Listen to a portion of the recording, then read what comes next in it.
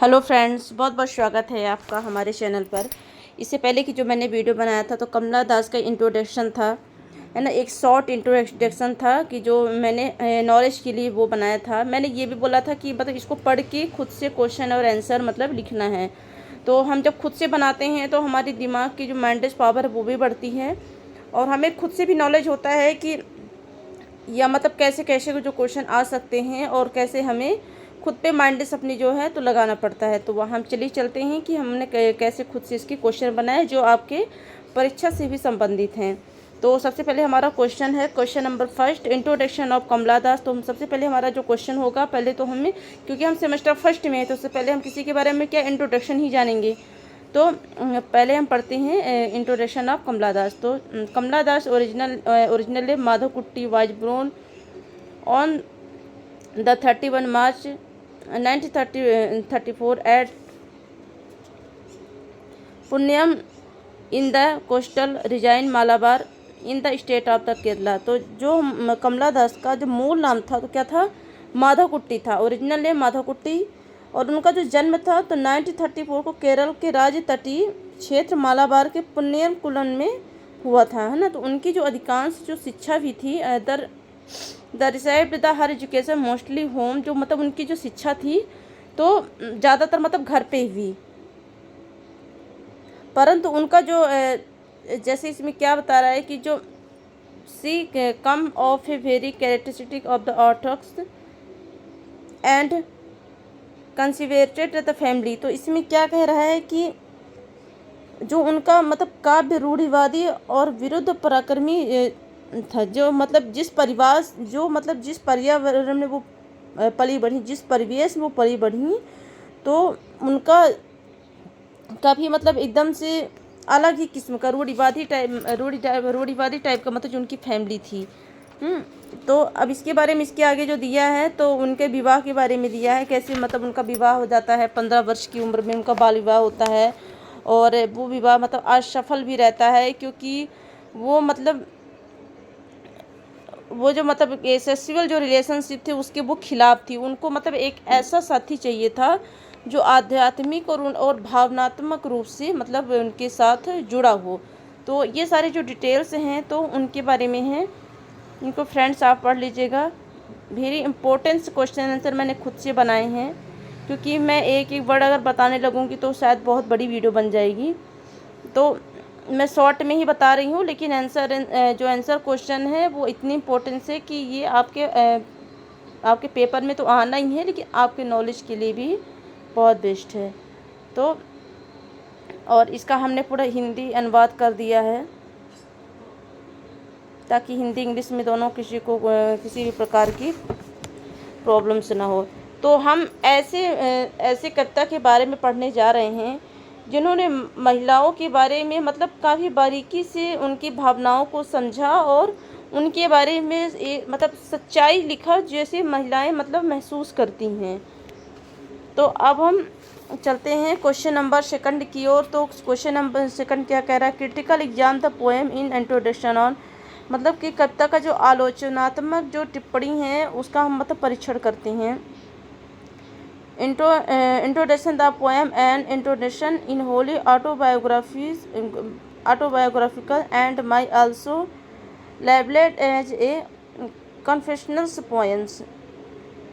तो क्या कह रहा है कि जो ये कविता है तो जो मतलब उनके बारे में जो परिचय बता रहा है, तो यहाँ पे ये कह रहा है कि ये पूरी तरह से मतलब आत्मकथात्मक है ना। तो आत्मकथा इतनी ज़्यादा मतलब आत्मकथात्मक है और ये कह रहा है यहाँ पे स्वयं की मतलब स्वीकृति भी है ना। तो ये जो इकबालिया होने के लिए बाध्य है, इसलिए यह एक मतलब इकबालिया है जो स्वयं की स्वीकृति है और स्वयं के मतलब एक आत्मकथात्मक है। जो मतलब जो एक कवि होते हैं जिसने मतलब अपने चीज़ों को जो कहते हैं ना, किसी चीज़ को खुद ही झेला हो और खुद ही मतलब उसको लिखा हो।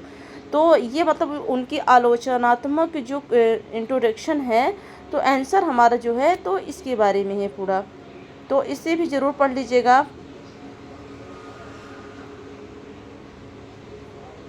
ये पूरा हमारा हिंदी अनुवाद है।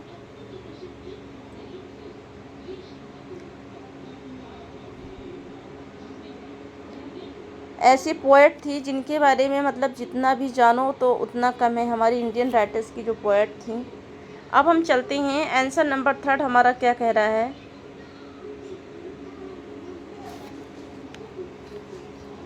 Write the essay on Kamala Das feminism. तो क्या कह रहा है, कमला दास का नारीवाद पर एक निबंध लिखिए। तो मतलब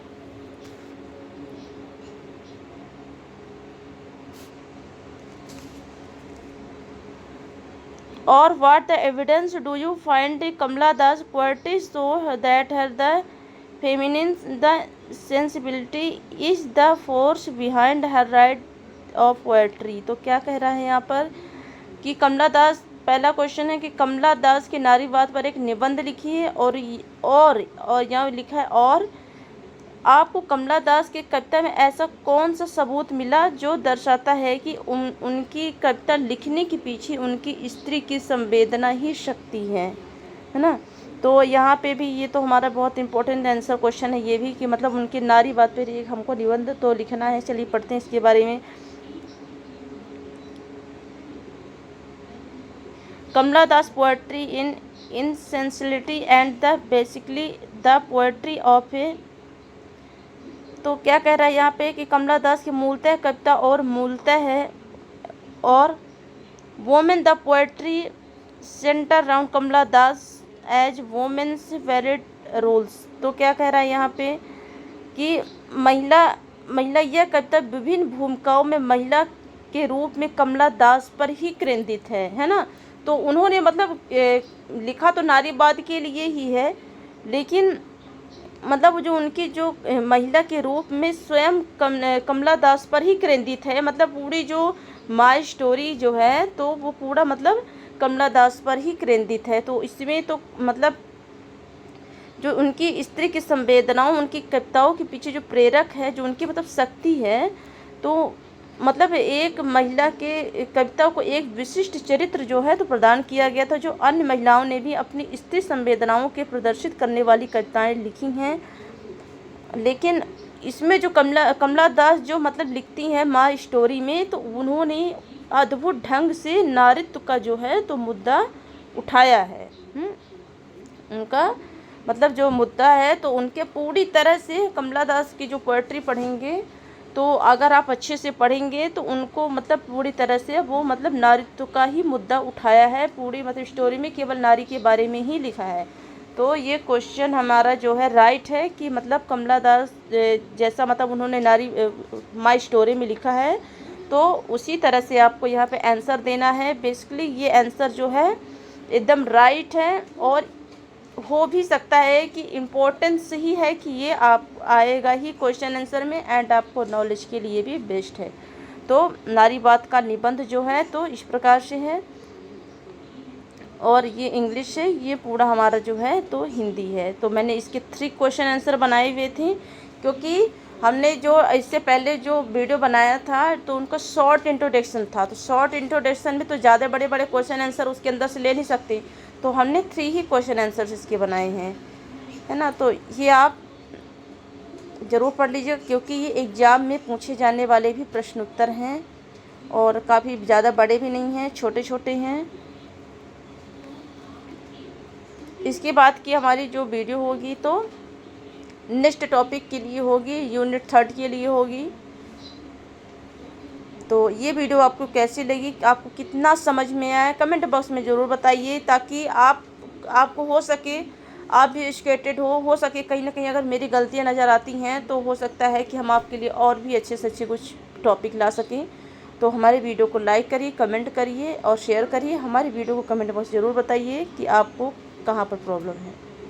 धन्यवाद।